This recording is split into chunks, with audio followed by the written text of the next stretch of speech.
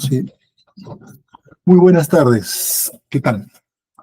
Miren, soy el profesor Luis Marocho Chaguayo, docente del curso, y se me ha encargado hacer la presentación sobre estructura y morfología microbiana.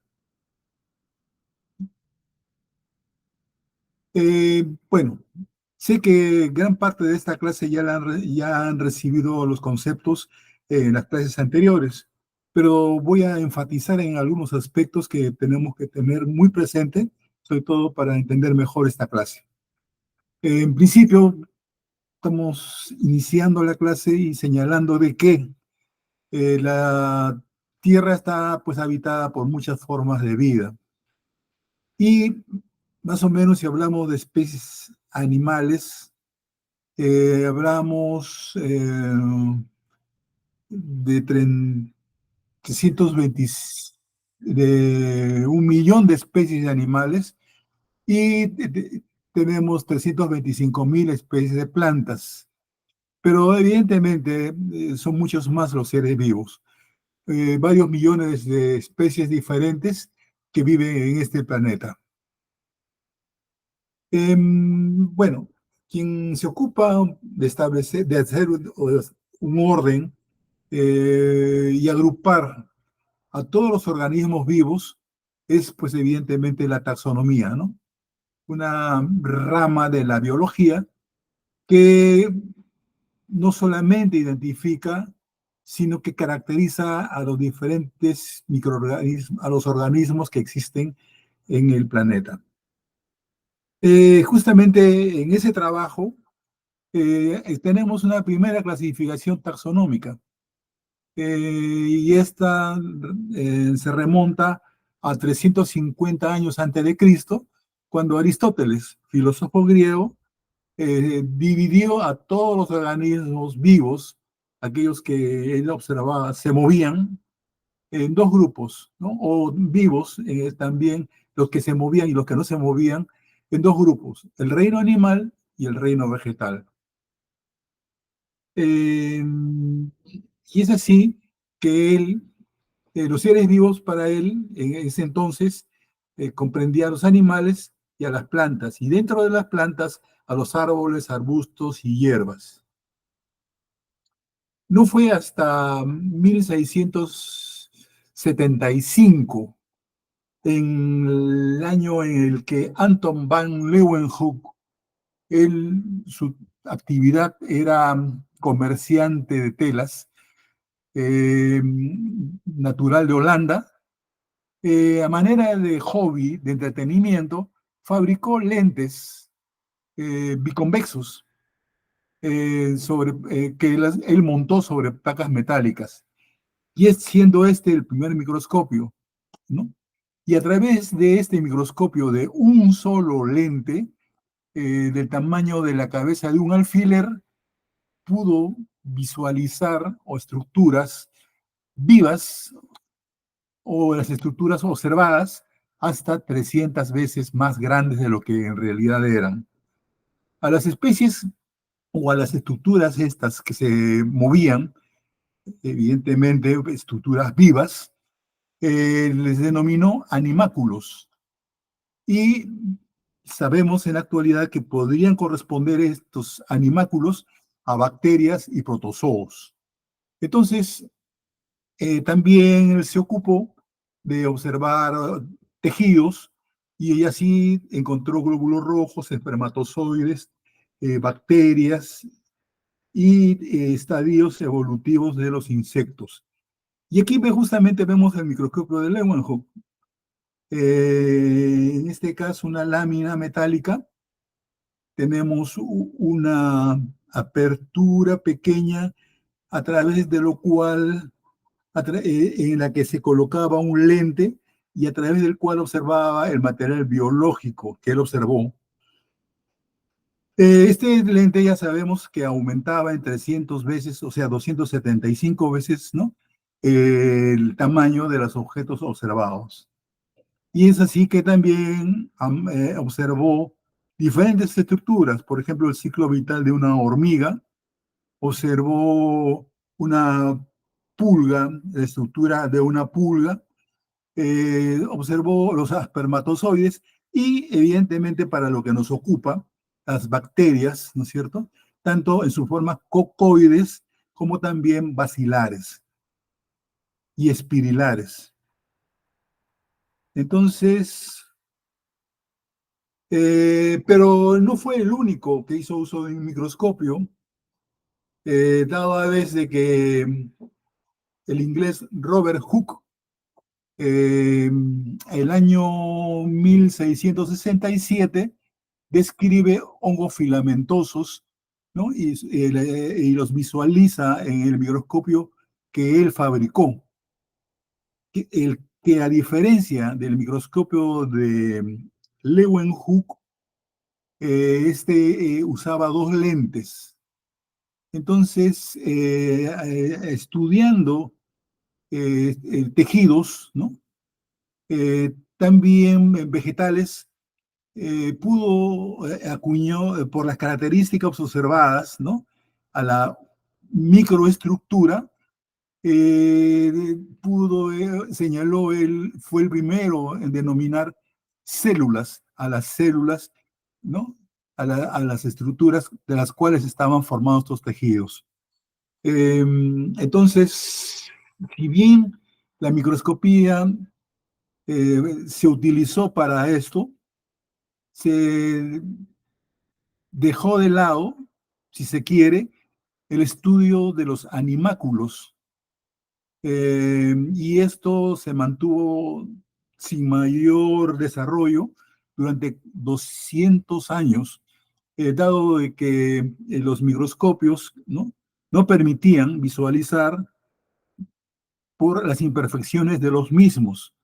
Y es así que en 1830 ya se fabricaron lentes acromáticos que, digamos, superaban estas fallas.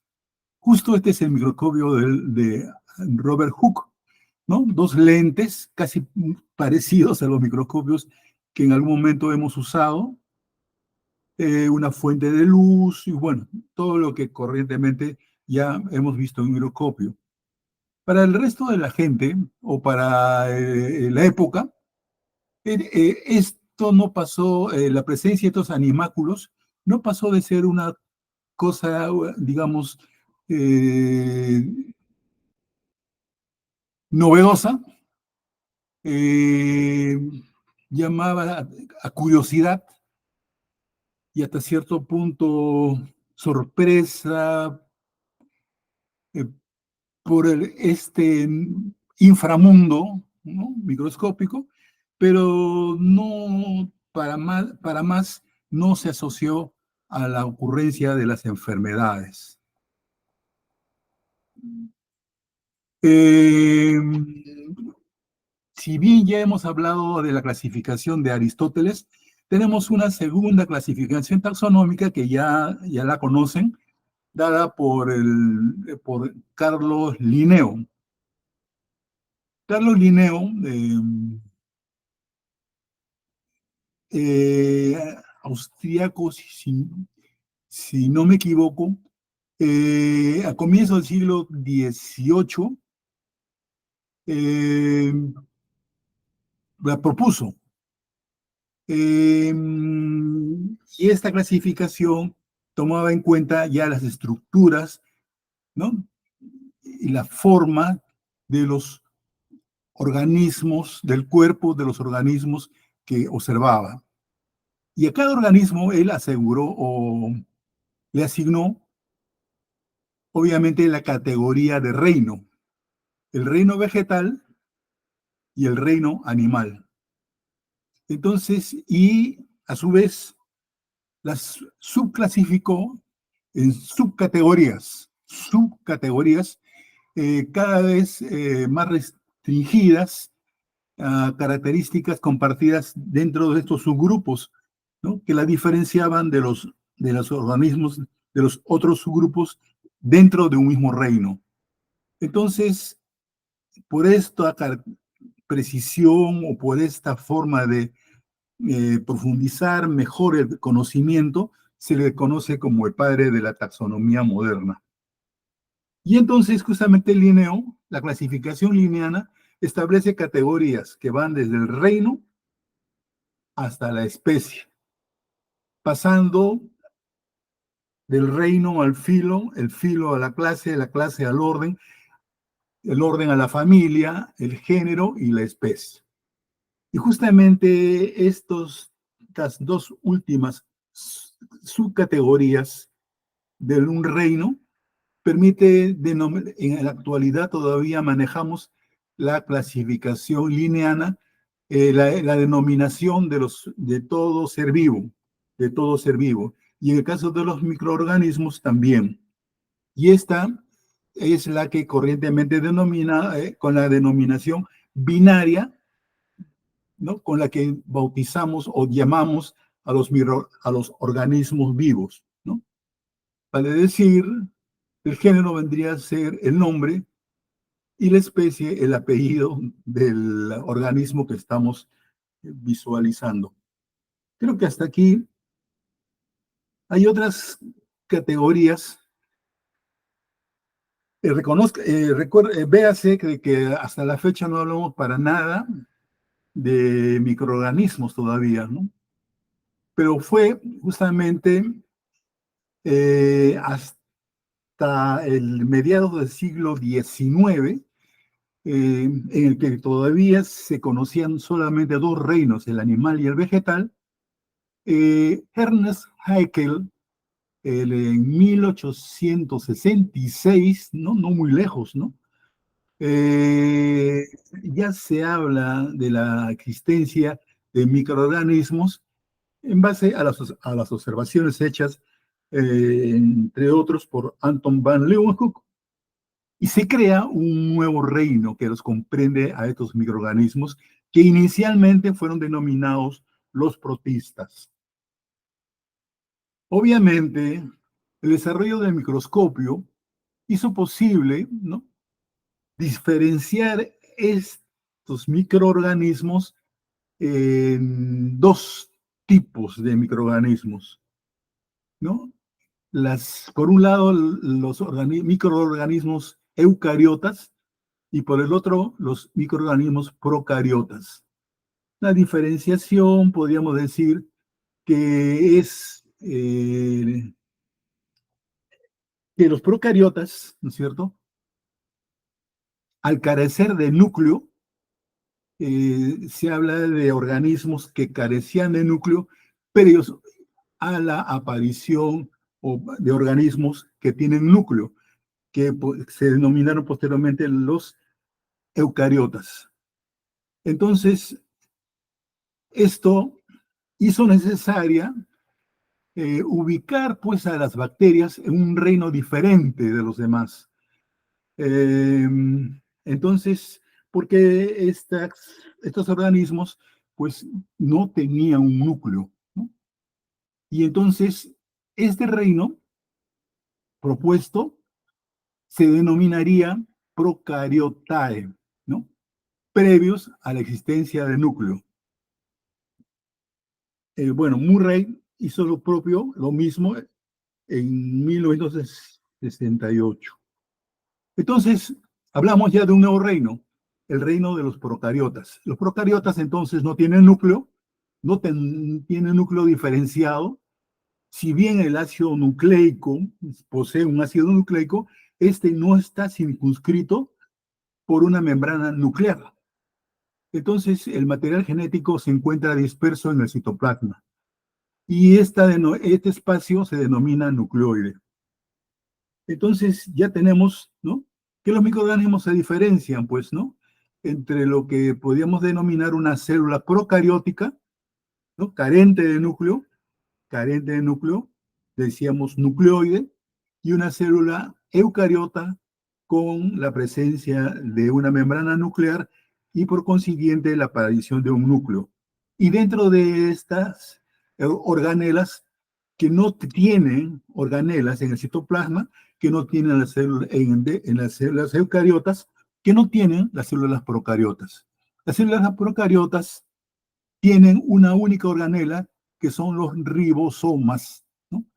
Entonces, básicamente es esto lo que, en cuanto al tamaño, evidentemente, pues, ¿no?, Los eucariotas son 10 veces más grandes que los procariotas y estos, ¿no? Y se miden en micras, ¿no? O milimicras, mientras que los virus, ¿no? Son mucho más pequeños, 1000 veces más pequeños que una micra, vale decir, y por consiguiente las medidas, las mediciones que se utilizan son obviamente dadas en nanómetros, una medida especial, y por consiguiente las proteínas, las moléculas, ¿no? Ya se miden también en otro tipo de medidas, ¿no? Y los átomos, ¿no? En Armstrongs. Muy bien.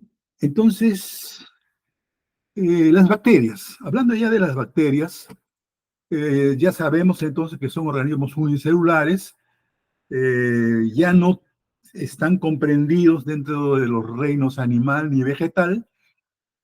Eh, Inicialmente se señalaba que pertenecían a los protistas, pero ya diferenciándose de las células eucariotas, estas pertenecen al reino de los procariotas. Entonces,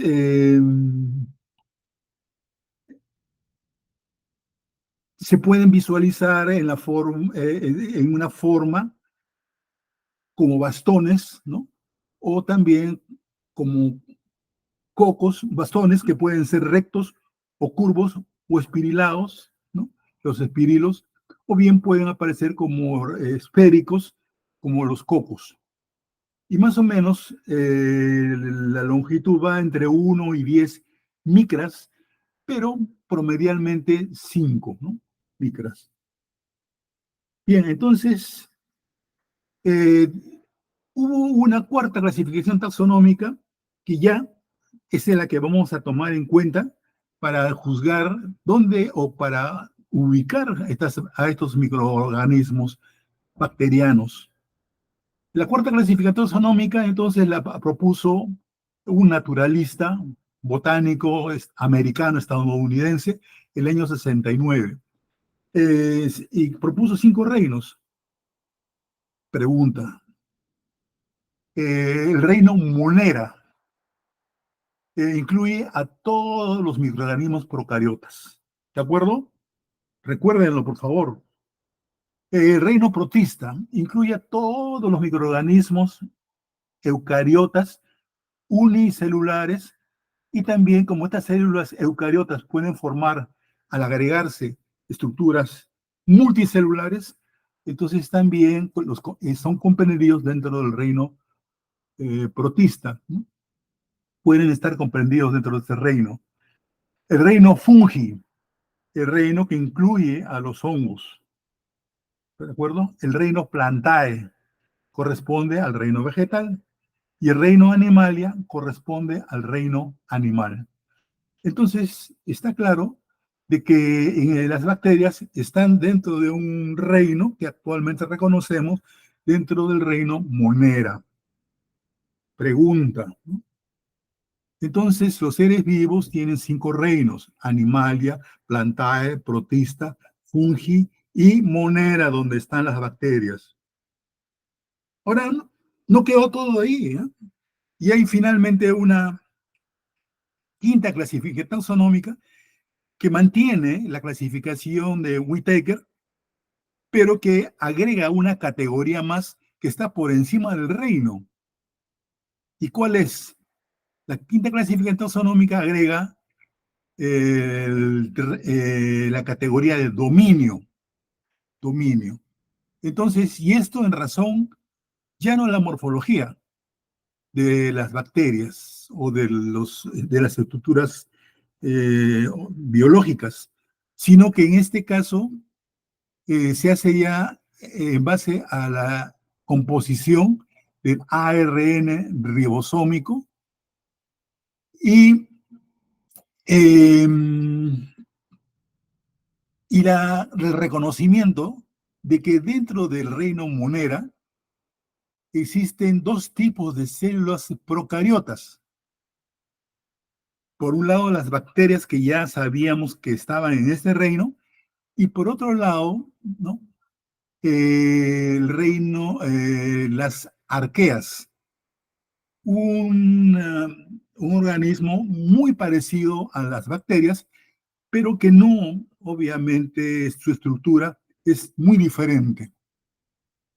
Y por otro lado también al reino, también el conocimiento de un reino de tipos de células eucariotas, ¿no? Entonces, también tiene que hacer clasificación taxonómica, conociendo esta variedad, esta diferencia entre organismos unicelulares. Carl Woese, en el año 78, 1978, propuso obviamente elevar los tres tipos de células a un nivel por encima del reino llamado dominio. Y entonces tenemos tres dominios. Pregunta, el reino bacteria, ¿no? El reino arquea,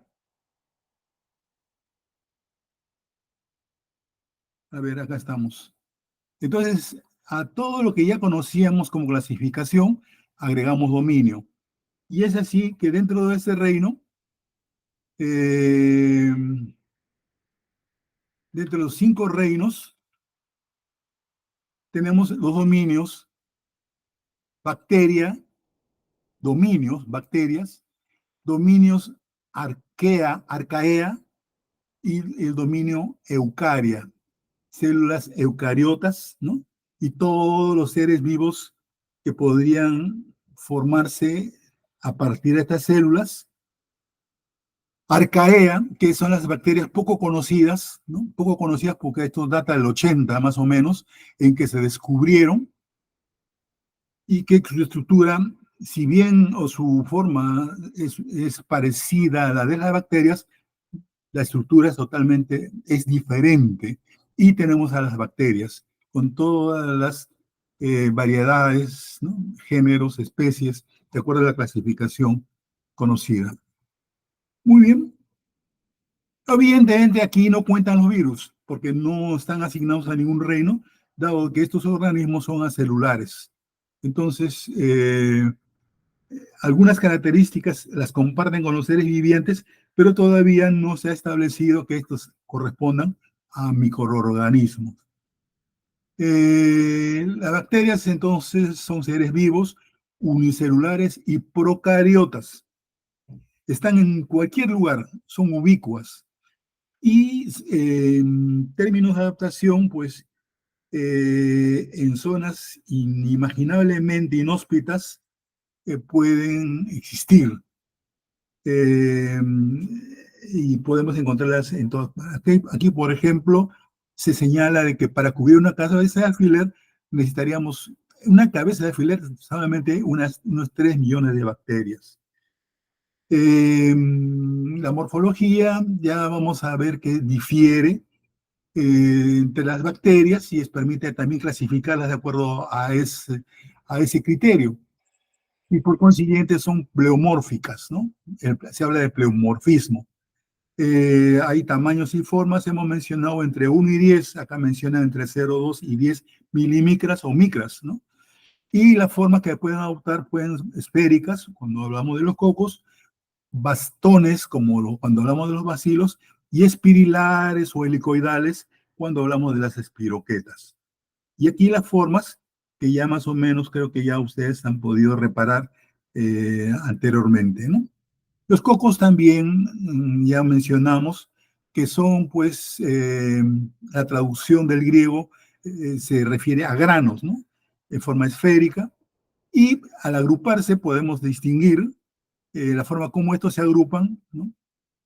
Por ejemplo, sarcinas, 1, 2, 3, 4 en forma, ¿no? Estreptococo cuando forman cadenas, por acá hay una cadena, porque esto es más un racimo, y al tener un racimo tiene la forma, y decimos que es un estafilococo. Y el diplococo cuando van en pareja de 2, ¿no? En parejas de 2. Bueno, las formas entonces también permiten hacer una diferenciación, una clasificación. Los bacilos, aquí por ejemplo también el latín, ya vamos a Roma, en báculos, ¿no? Lo que significa una varilla. Tiene la forma de una varilla, y podemos variar esa varilla, donde vemos, por ejemplo, la forma de una coma o una curvatura, y este es el vibrio. El espirilo en la forma helicoidal o en la forma de tirabuzón.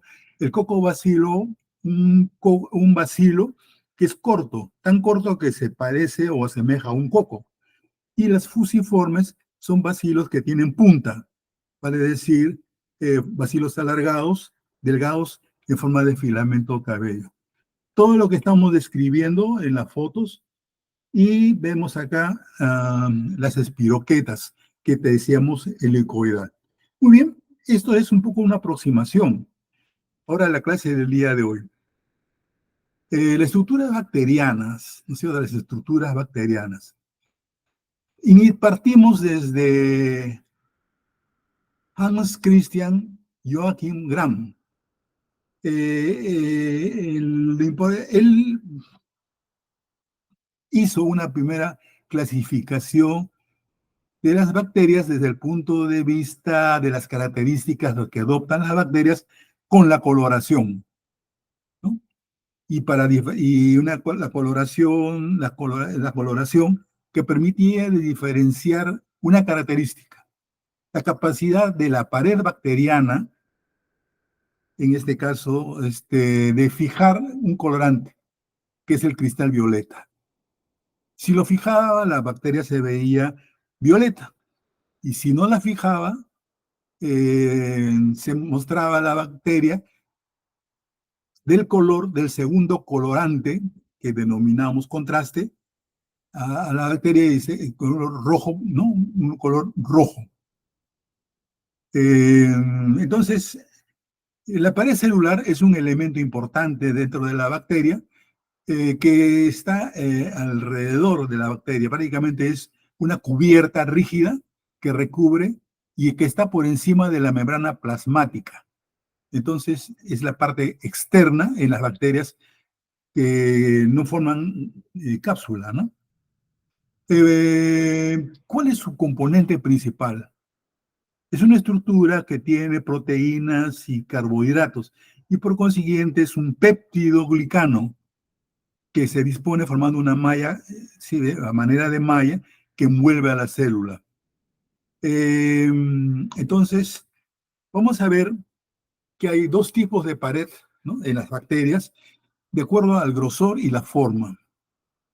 Ya hemos mencionado Hans Christian Gram, 1884. Eh, Él pensó que las bacterias tranquilamente podían diferenciarse con su método de coloración en gram positivas y en gram negativas, ¿no? Obviamente no sé si así lo denominó, pero así es como se conocen. Y justamente en esta vemos acá la pared, ¿no es cierto? Gruesa la pared, ¿no? ¿No? Y tenemos el nucleoide. Acá debajo de la pared tenemos una estructura delgada que es la membrana. Entonces, pared, membrana, citoplasma. Y vamos a ver más adelante que esta estructura, que es en buena cuenta la prolongación de la membrana, se llama el mesosoma. Y el nucleoide, que es ahí donde estamos, digamos, instalando el genoma de la bacteria. Muy bien, entonces las bacterias gram positivas tienen, pues, una alta, un 60 o 70% en su composición de la pared bacteriana, que está compuesta por el péptido glicano, esta malla que describíamos, dentro de las cuales tenemos la presencia también del ácido teicoico. Muy bien. Y debajo de ella tenemos a la membrana citoplasmática. ¿De acuerdo? Y estructuras proteicas propias de la membrana. Bueno, pero fundamentalmente esta presencia del péptido glicano. Nuevamente, otra vista de la bacteria gram positiva, el péptido glicano. Acá señalan de que tiene o representa hasta el 60% de la pared celular, ¿no? vale decir, es el grueso. Matriz compuesta por polímeros aniónicos. Dentro de esos polímeros tenemos acá los ácidos teicoicos, ácidos lipoteicoicos, teicurónicos. Esta presencia de estos componentes hace, digamos, que esta estructura fije mejor los colorantes básicos, ¿no? Porque esto le da una composición ácida, ¿no? Que suministran cargas negativas, receptores que también permiten la recepción de bacteriófagos, y esta pared tiene capacidad antigénica, ¿no? Y por consiguiente, esta pared es la que constituye el antígeno O somático. Pero, ¿qué pasa con las bacterias gram negativas? La pared de las bacterias gram negativas, esto que estamos viendo acá, miren qué delgada la pared, ¿no? Es con poca cantidad de peptidoglicano. No tiene ácido teicoicos, o sea, no hay acidez, o sea, no tiene la suficiente carga negativa, ¿no? Para, digamos, capturar o fijar el colorante básico, que es el cristal violeta. Pero, ¿qué es entonces esto que se ve acá? En la pared bacteriana no hay ácido peptidoglicano, pero sí hay una doble membrana. Bueno, una membrana, que en este caso es una membrana externa. La membrana externa, que es la membrana de la bacteria, la membrana externa, que es la membrana de la bacteria, y tenemos acá una membrana que está por fuera de la pared bacteriana, que está por fuera de la pared bacteriana del gram negativo, y obviamente tenemos una pared interna, una membrana interna que es propia de la célula. Es la membrana plasmática, ¿no? Entonces, aquí nuevamente vemos a la pared celular gram negativa. Tiene entonces una membrana externa, tiene un espacio dentro del cual está la pared bacteriana propiamente dicha, o sea, entonces, ¿qué es el periplasma? O sea, entonces la bacteria tiene una doble membrana, tiene un periplasma, un espacio, y dentro de este espacio está la pared con esta cantidad pequeña de peptidoglicano. Esta membrana externa, pues, si la describimos como una bicapa lipoproteica con proteínas integrales altamente asimétricas. La lámina externa contiene el 60% de proteínas y 40% de lipopolisacáridos. Vale, es decir, esta lámina externa, la pared externa, tiene este lipopolisacárido, LPS, que es una molécula propia de la bacteria gram positiva, gram negativa, y que conocemos como la endotoxina. Es una endotoxina, actúa como una endotoxina. Mientras que la lámina interna presenta fosfolípidos, lipoproteína, responsable de la unión covalente entre la membrana externa y, y las proteínas. Y el espacio periplásmico es este espacio que estamos viendo acá. Es un compartimento acuoso donde se encuentran proteínas hidrolíticas y también un regulador de osmolaridad. Acá este es el esquema, ¿no? Aquí está el lipopolisacárido, este es el peptidoglicano, y esta es la membrana, ¿no? La membrana citoplasmática. Esta es la estructura, por si acaso, para que ustedes la puedan ver mejor, dado que acá de repente no están viéndola muy bien, que digamos. Decíamos entonces que la coloración, cuando hablamos de una bacteria gram positiva, se fija el colorante, en este caso cristal violeta, y lo mantiene. Y la bacteria se visualiza violeta, como lo estamos viendo acá. Mientras que la tinción de gram de las bacterias gram negativas Al iniciar con la coloración primaria, que en este caso es el cristal violeta, y proceder al lavado de la lámina preparada, pues al no fijarse este colorante, evidentemente se pierde. Y cuando agregamos el colorante de contraste, ¿no? Que es en este caso la safranina, vemos entonces aquí estas estructuras teñidas de rojo. Gran positivo, bacilos gran positivos. Miren, ya tenemos un avance en el reconocimiento de la bacteria y tenemos cocos. Si no son cocobacilos, son cocos gram negativos. Pero ojo, gram de repente no pudo, o al momento que él trabajó, identificar este otro grupo de bacterias. Estas bacterias cuya pared celular tiene una característica, la de ser ácido alcohol resistentes. ¿Por qué ácido alcohol resistentes? Que porque si bien tienen el peptidoglicano, acá lo estamos viendo el peptidoglicano, tiene una alta composición de ácidos grasos. Tenemos el ácido micólico, que son lípidos, glicolípidos, micolatos, sulfolípidos de tetralosa y los micósidos y las ceras, que es dada o representadas por los arabinogalactanos y los arabinomananos, que tienen un alto peso molecular. Esta estructura,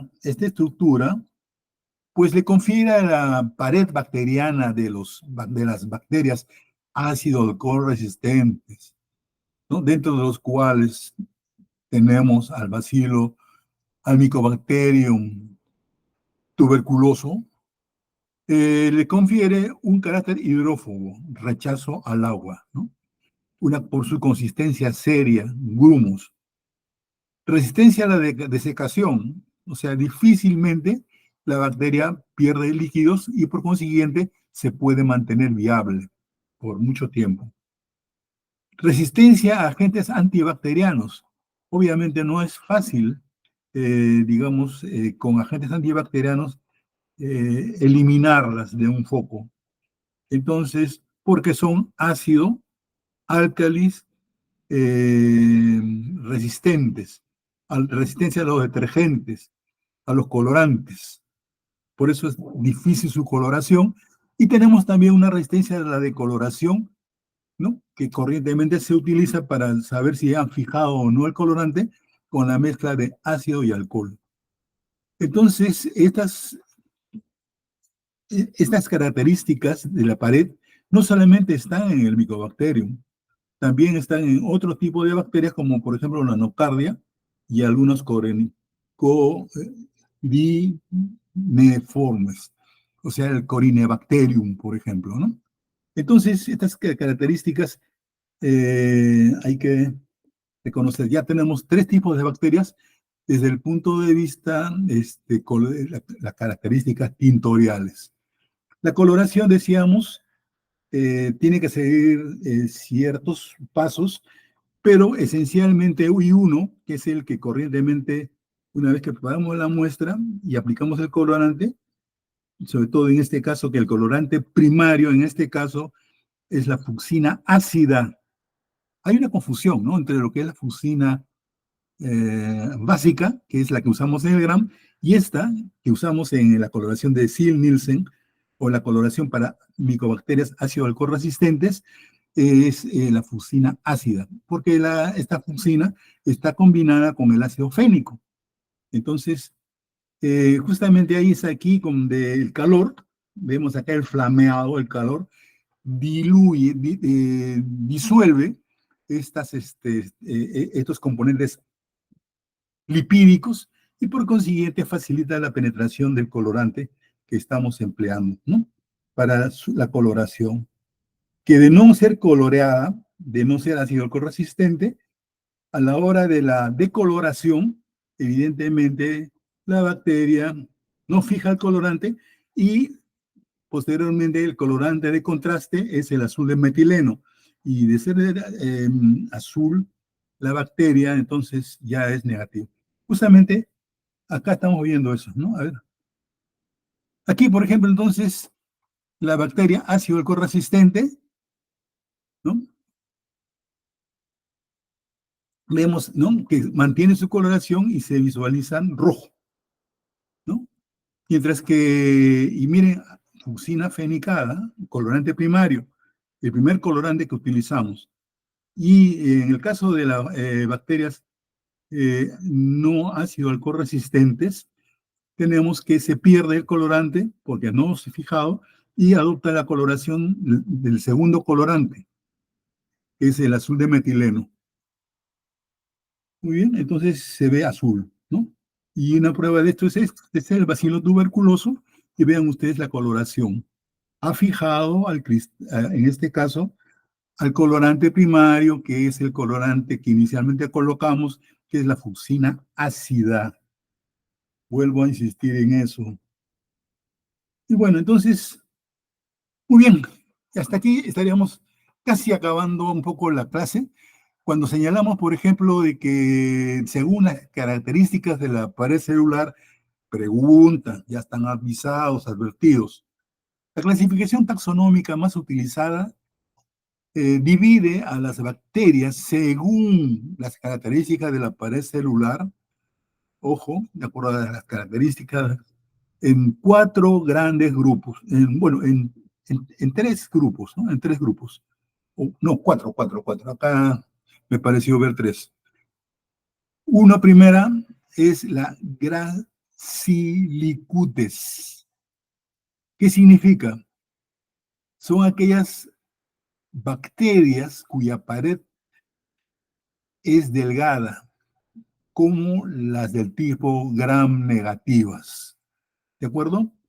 Pared delgada, como las bacterias del tipo gram negativas. Segundo tipo, según características, ¿no?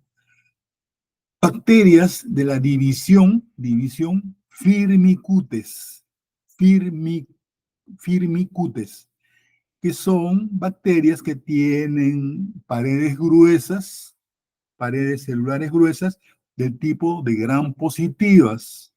Ya ustedes se imaginan a las preguntas que se les pondría en el examen, ¿no? Tercera categoría, las de la clasificación, porque hay bacterias que no tienen pared celular, son las de la división Tenericutes, que son las que no tienen pared celular. Y en la cuarta categoría, ¿no?, o en la cuarta división, porque acá hablan de divisiones, mejor llamémoslo esto división. División Mendocicutes, ¿no? Que podríamos señalar aquellas que tienen paredes poco comunes, que no tienen peptidoglicano, son materiales diferentes a los que conocemos, ¿no? Peptidoglicanos que como señalábamos, están en las demás bacterias, y estas corresponden obviamente a las arqueas, ¿no? Las arcaeas. Otros, los organismos que señalábamos eran parecidas a las bacterias, pero diferentes de ellas en cuanto a su estructura. Entonces, señalábamos, a ver, pregunta examen, a ver,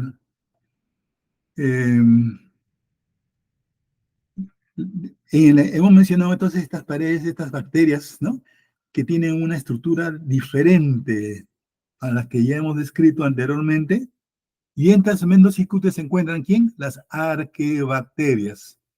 Las arquebacterias, ¿no?, que son bacterias que producen, ¿no?, metano, son anaerobias, ¿no?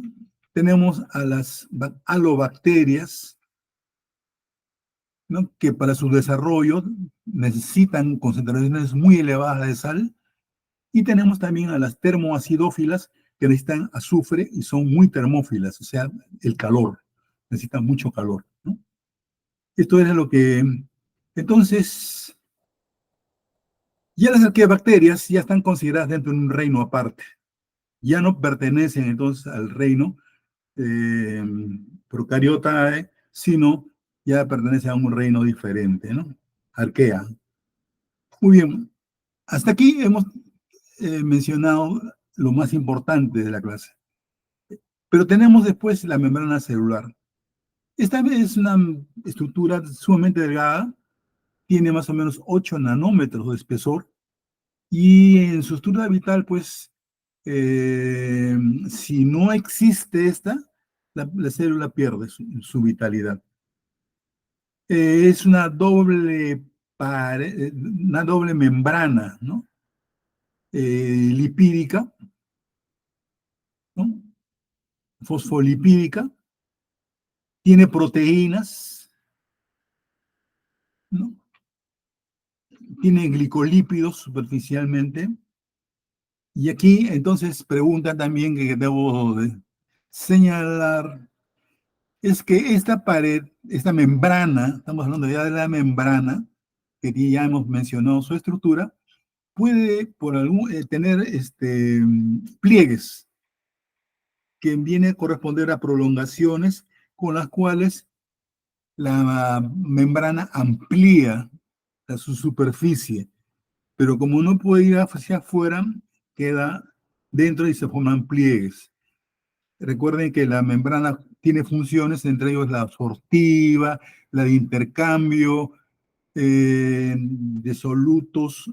Entonces, necesariamente, de repente la membrana le resulta sumamente corta, ¿no? La longitud de la membrana, y por consiguiente tiene que formar pliegues.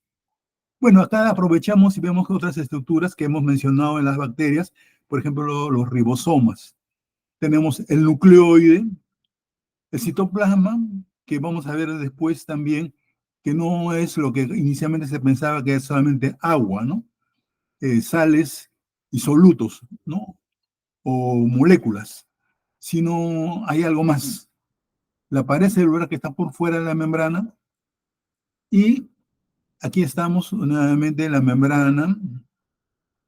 Y aquí, por ejemplo, tenemos a las bacterias y tenemos esas otras estructuras que hemos mencionado, otras células procariotas que es justamente corresponden al reino arcaea, ¿no? Entonces aquí es una estructura totalmente diferente, no tiene para nada peptidoglicano. Entonces sí podemos identificar. Bueno, a lo que vamos es que la membrana citoplasmática tiene funciones. La bacteria es una barrera osmótica, ¿no? Permite obviamente mantener la presión a uno y a otro lado según la presencia de solutos, porque moviliza los solutos de uno al otro lado. Limita entre el protoplasto y el medio, vale decir, el medio que está alrededor de la bacteria y lo que está dentro de la bacteria, ¿no? Es un límite físico. Permite el paso selectivo de moléculas, pregunta examen que puede darse. Intervienen en procesos de obtención de energía. La respiración, ojo, en las células procariotas, la respiración, o sea, aquella en la cual, función en la cual la célula bacteriana obtiene energía, es justamente, se desarrolla en la membrana.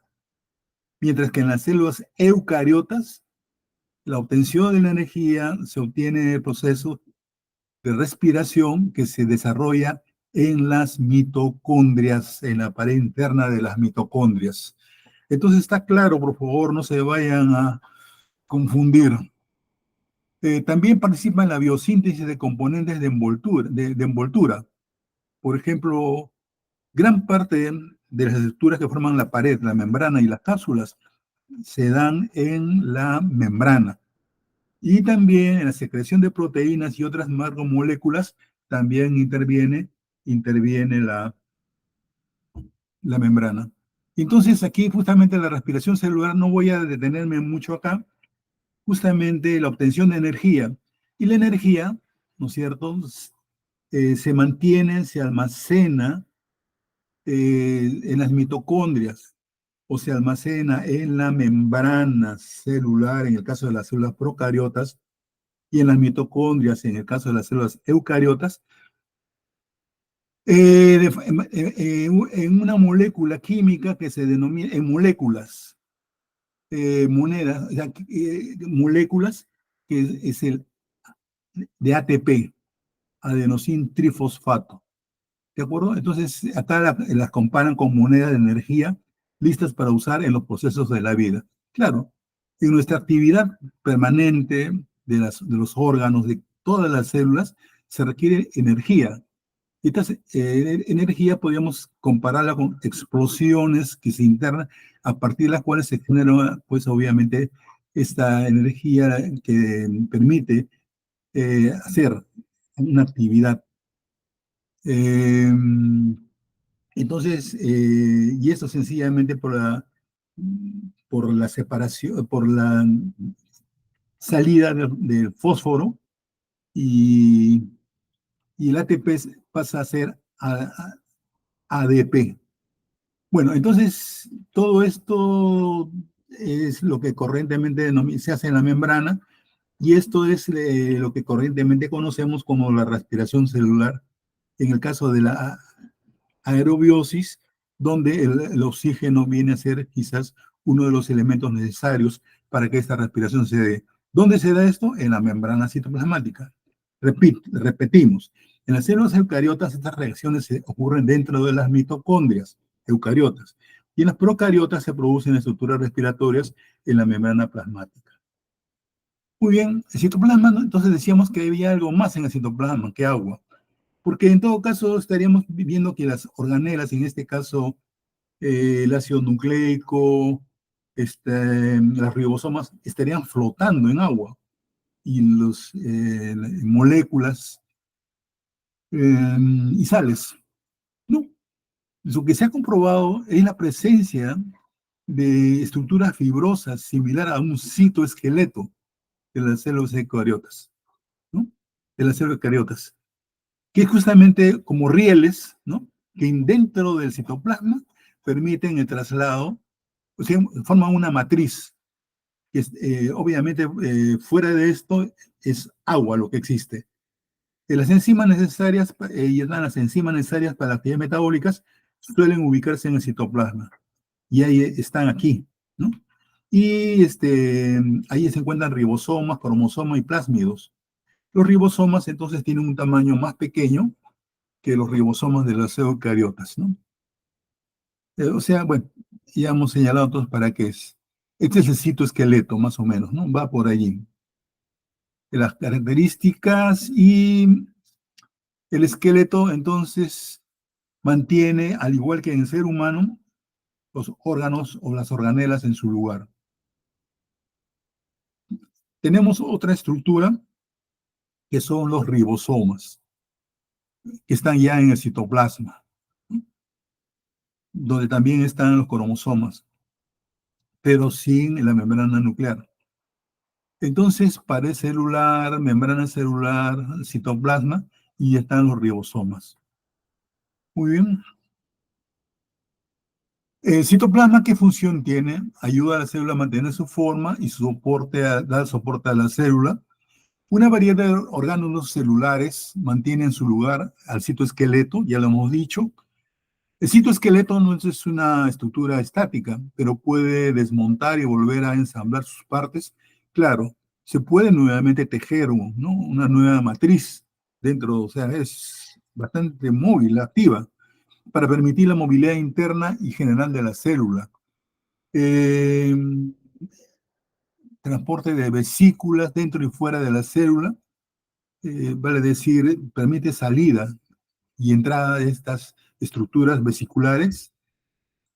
Y también transporte de señales de comunicación entre las células, ¿no?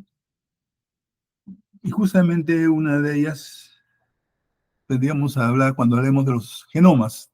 El genoma no es otra cosa más que, ya hemos descrito, ¿no? La presencia de los cromosomas, eh, pero que al no estar rodeados de una membrana, como en el caso de las células eucariotas, pues están en el citoplasma.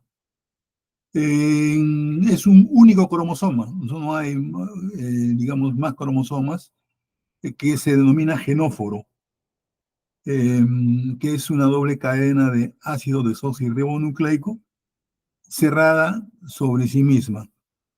Pero también, algunas veces, ¿no? Y en algunos casos, hay material, ¿no?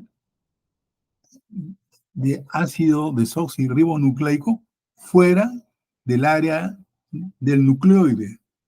Vale decir, estas estructuras extra que están fuera de esta área, fuera de los cromosomas, son los plásmidos, que son otra cosa que el ácido desoxirribonucleico libre.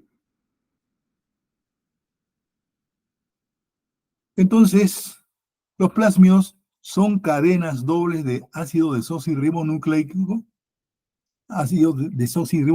en forma circular, ¿no? Los plásmidos. Aparte de, entonces del ADN bacteriano que está en el cromosomas, que están en el nucleoide, tenemos los plásmidos. Y estas son esas, podríamos señalar, parte de esas vesículas que salen, ¿no?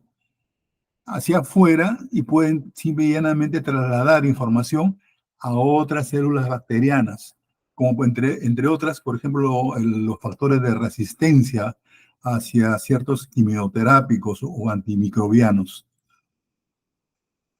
Justamente este es el ácido nucleico, ¿no? Compuesto por bases nitrogenadas, adenina, timina, guanosina, citosina, las bases, el esqueleto, el azúcar fosfato. Tenemos justamente el nucleótido, ¿no? Que forma parte o que tiene una base nitrogenada, la pentosa, el grupo fosfato. O sea, el nucleótido es la pieza básica de los ácidos nucleicos. Es de aquello de lo que está formado el ácido nucleico, que puede ser ARN, ADN, ácido ribonucleico o el ácido desoxirribonucleico. Polímeros que tienen nucleótidos, y este nucleótido, pues ya hemos mencionado, es esto, ¿no? La estructura de un nucleótido, donde cae finalmente, compone un gen, ¿no? El gen, entonces, ¿qué cosa es? El gen es una secuencia de nucleótidos contiguos en la molécula de ácido desoxirribonucleico o ácido ribonucleico, según sea el caso, sobre todo en el caso de los virus, que contienen la información necesaria para la síntesis de una macromolécula con función celular específica. O sea, toda esta información puede ser tranquilamente, está contenida dentro de esta. Bueno, entonces, el ADN, el ARN. Inicialmente la información está en el ADN, pero esta información sale y es transcrita a un ARN mensajero. O sea, es trasladada al ARN mensajero, el cual es llevado el mensaje a una estructura que en este caso son los ribosomas. En los ribosomas, entonces, por eso se llaman el RNA mensajero, este mensaje es leído por los ribosomas y a través de esta lectura, o una vez hecha esta lectura, se forman las proteínas que necesariamente deben de formarse, ¿no? Esto es más o menos y justamente aquí está el ribosoma, ¿no? El ribosoma lee y se forma, en este caso, la cadena de polipéptidos, los cuales dan forma, origen a una proteína, según la secuencia de los aminoácidos, ¿no?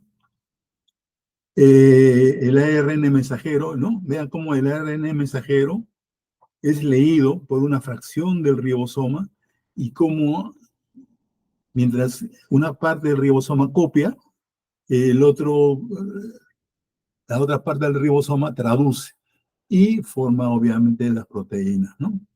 Entonces esto es más o menos lo que dice acá, ¿no? Y más o menos lo que ya les he explicado, lo que ya más o menos hemos visto, ¿no?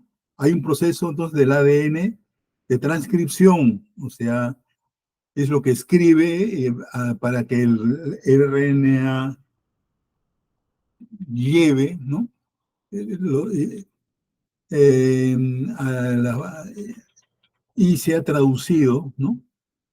Mensajero, lleve y sea traducido por los ribosomas y se convierta en proteína.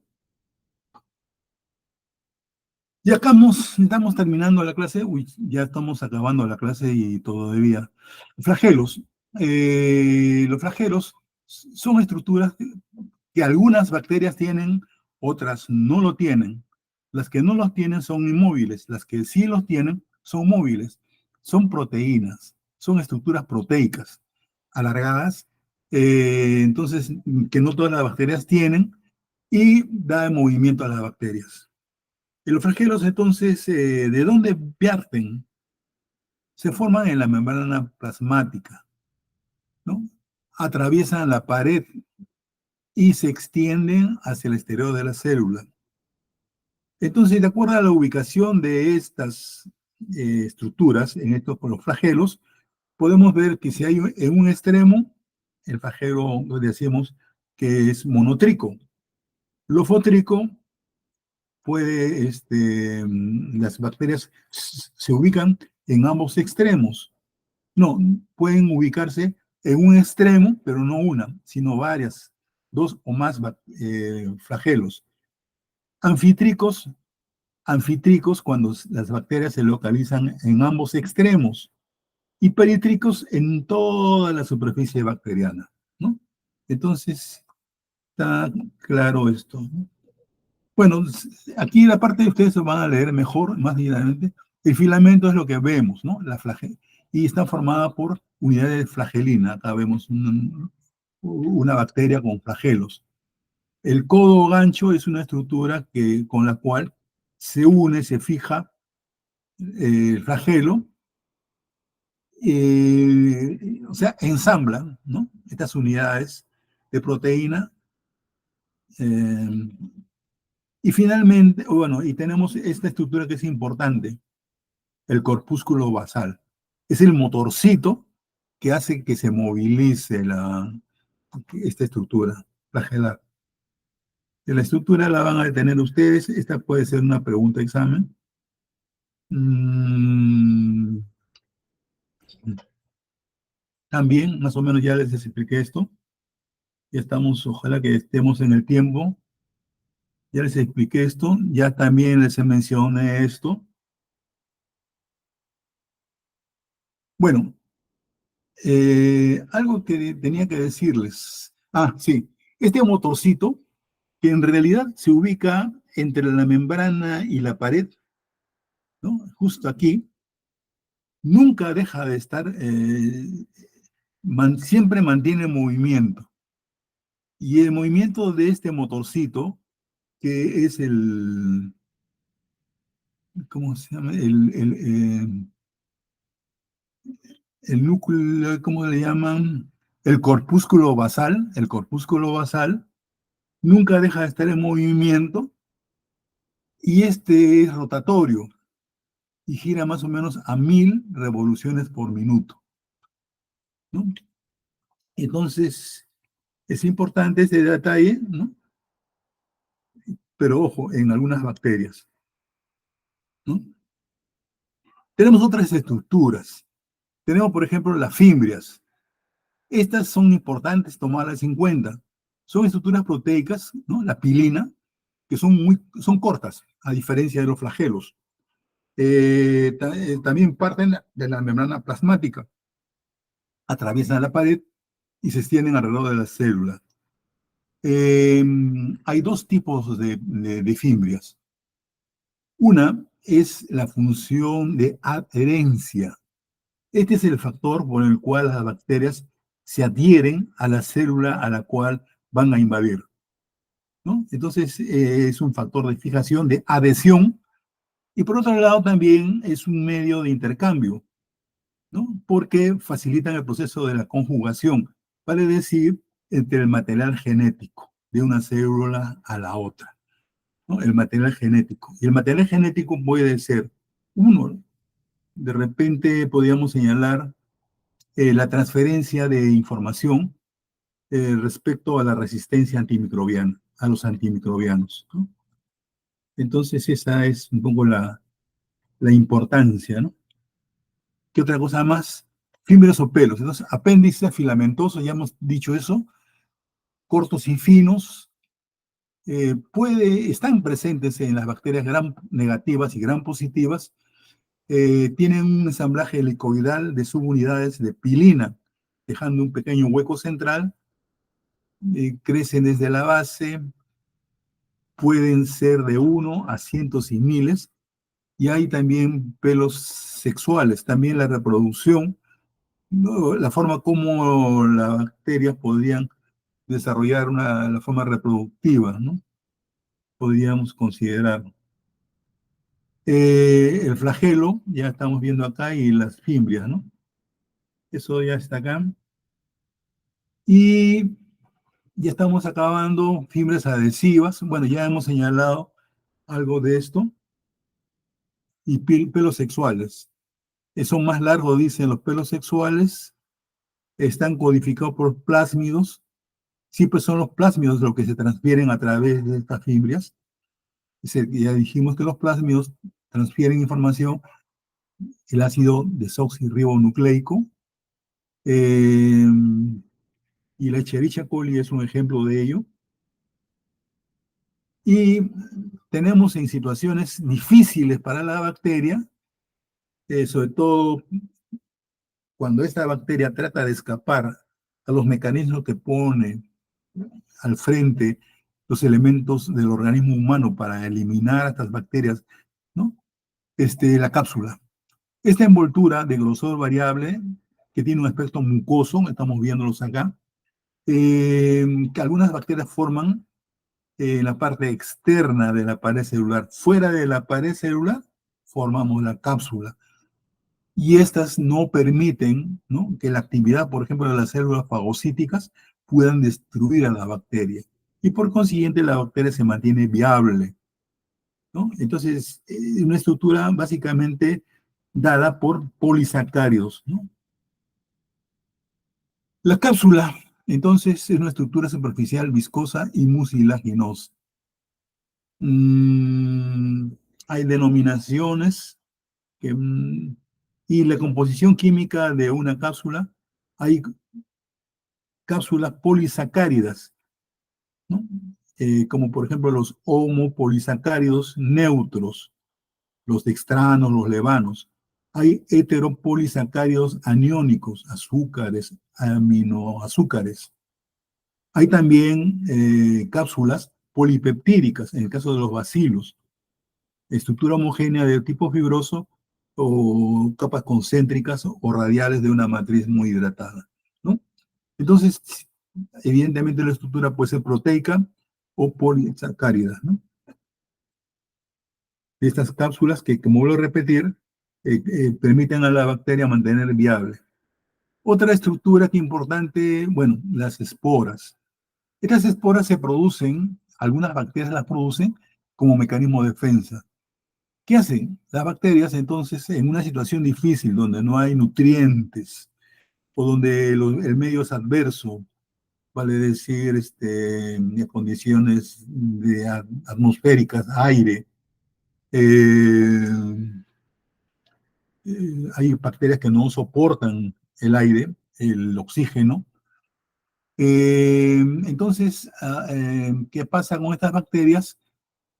Eh, Esporulan, vale decir, adoptan el estado estático, inactivo, temporalmente, hasta encontrar condiciones ambientales adecuadas.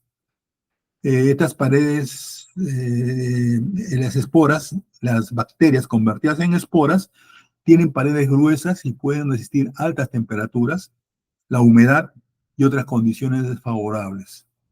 El ejemplo acá tenemos al Bacillus anthracis y al Clostridium tetani, ¿no es cierto?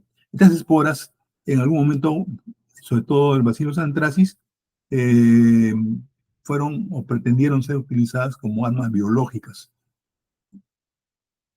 La espora, entonces, hemos mencionado que es ante la falta de nutrientes y otras condiciones adversas. Entonces, estas bacterias permiten soportar condiciones extremas del medio como la deshidratación, el calor o los productos químicos tóxicos. Lo importante para la bacteria es preservar el ADN bacteriano. Pero cuando mejoran las condiciones, nuevamente adoptan la forma vegetativa, o sea, la bacteria tal cual era antes de esporular. Eh, ya hemos mencionado quiénes y los tipos de espora, ¿no? Vean por favor esta lámina, porque podíamos poner esquemas, ¿no? De qué tipo de bacteria podía ser, ¿no? ser. Y estamos ya casi acabando. Las endosporas tienen cubiertas gruesas y pueden resistir las condiciones adversas. Hemos mencionado esto. Tienen un gran volumen a la microscopía y esto podemos ponérselos en el examen. Por ejemplo, una cosa de estas, ¿no es cierto? Y ya ustedes señalarán a qué estructura corresponde lo señalado, ¿no? Entonces aquí ya ustedes van a tener que revisar mejor esta lámina y otra pregunta de examen, ¿no? Y nos vamos. Las diferentes estructuras bacterianas pueden ser divididas según sean constantes en las células o no, en estructuras permanentes y variables. O sea, vale decir, estructuras que necesariamente permanecen y están en todas las bacterias, estructuras permanentes. Pues, ¿a quién se le ocurre que una bacteria pueda no tener membrana celular? Entonces, la membrana celular es una estructura permanente. Los ribosomas, ya sabemos que la síntesis obviamente se hace en los ribosomas. Entonces, definitivamente es una estructura permanente. Y el material genético, o sea, el ADN, de las bacterias también es una estructura permanente, porque si no, ¿de dónde sale la orden, las instrucciones para formar a las nuevas bacterias, formar las estructuras de la propia bacteria, ¿no? Entonces, estructuras permanentes. Y estructuras variables, no todas las bacterias tienen esto. Las estructuras variables, entonces, la pared celular, no todas las bacterias tienen pared celular. Y esta pregunta mayormente la gente cae, ¿no?